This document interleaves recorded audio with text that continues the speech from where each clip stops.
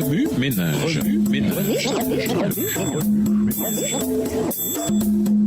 Bienvenue dans votre émission Remue-ménage. Nous voilà au dimanche 12 juin. Plan ou complot? Le Christ entre dans la dernière phase de son ministère terrestre. Nous vous invitons à lire Matthieu, le chapitre 26. Matthieu ouvre le chapitre 26 en disant « Quand Jésus eut achevé toutes ses instructions », verset 1, ceci indique que Jésus avait terminé son enseignement qui comprenait ses instructions sur la fin des temps et son retour. Il s'apprêtait donc à entrer dans la dernière et sans doute la plus cruciale phase de son ministère terrestre, à savoir le sacrifice de sa vie sur la croix pour nous. Certains pensent sans doute que sa mort a fait de lui un héros. Cependant, cela va beaucoup plus loin.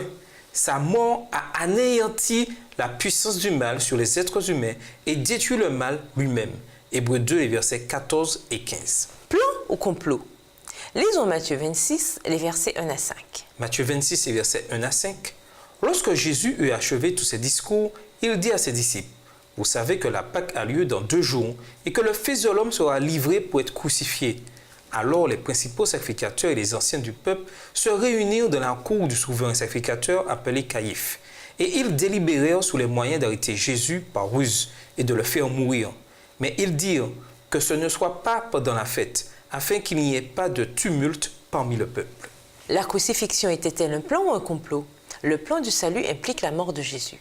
Matthieu indique qu'il y avait là un plan impliquant un complot ou une machination contre Jésus. Quand Jésus dit à ses disciples « Vous savez que la fête de la Pâque aura lieu dans 2 jours.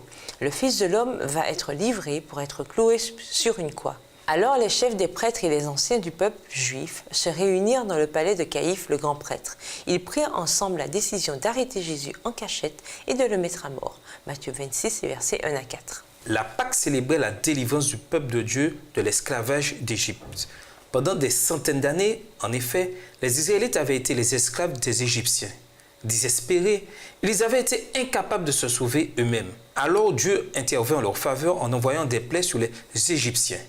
La 10e plaie fut la plus significative de toutes, la mort du premier-né de toutes les familles égyptiennes. Le Seigneur dit à Moïse et à Aaron en Égypte, « Ce mois-ci devra marquer pour vous le début de l'année, ce sera le 1er mois.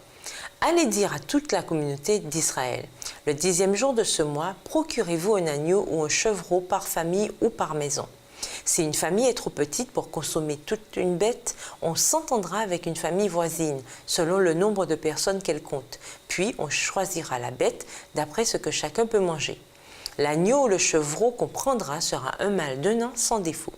On le gardera jusqu'au 14e jour du mois. Le soir de ce jour, dans l'ensemble de la communauté d'Israël, on égorgera la bête choisie.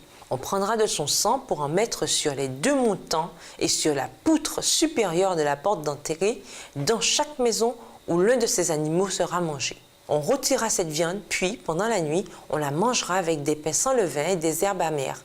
On ne mangera pas de viande crue ou bouillie, seulement de la viande d'un animal rôti tout entier avec tête, pattes et abats. On n'en gardera rien pour le lendemain. S'il en reste quelque chose le matin, on le brûlera. Voici dans quelle tenue on mangera ce repas.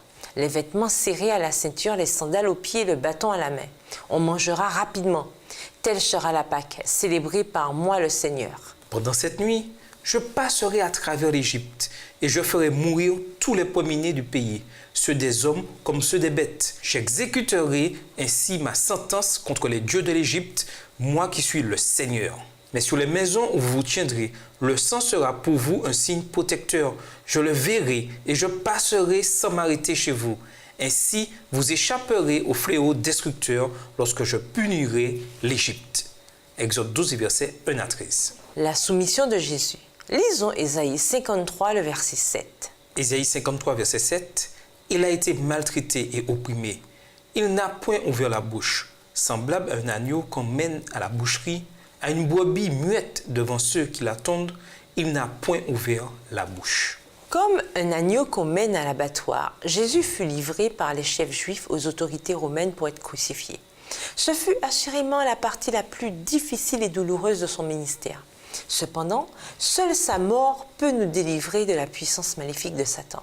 Matthieu montre que la mort de Jésus n'était pas due à un complot, mais plutôt à un plan. Le Fils de l'homme va être livré pour être cloué sur une croix. Matthieu 26, verset 2. Les Écritures révèlent que lorsque les dirigeants religieux vinrent mettre la main sur Jésus, celui-ci se laissa maltraiter sans protester, sans rien dire. Ésaïe 53, verset 7. En d'autres termes, il ne tenta pas de se défendre, de protester ou de se plaindre. Ce que le Messie a fait, il a fait volontairement, avec enthousiasme, pour que les pécheurs condamnés puissent être sauvés. Premier ménage, quand parce que vous êtes chrétien, vous vous retrouvez sujet à une grande pression, comment êtes-vous certain que vous suivez le plan de Jésus pour votre vie? Personne n'aime souffrir. Comment pouvons-nous nous préparer à l'avance afin que lorsque nous souffrirons en raison de notre foi, nous puissions rester inébranlables? Au revoir. Et à demain si Dieu veut. Revue Ménage.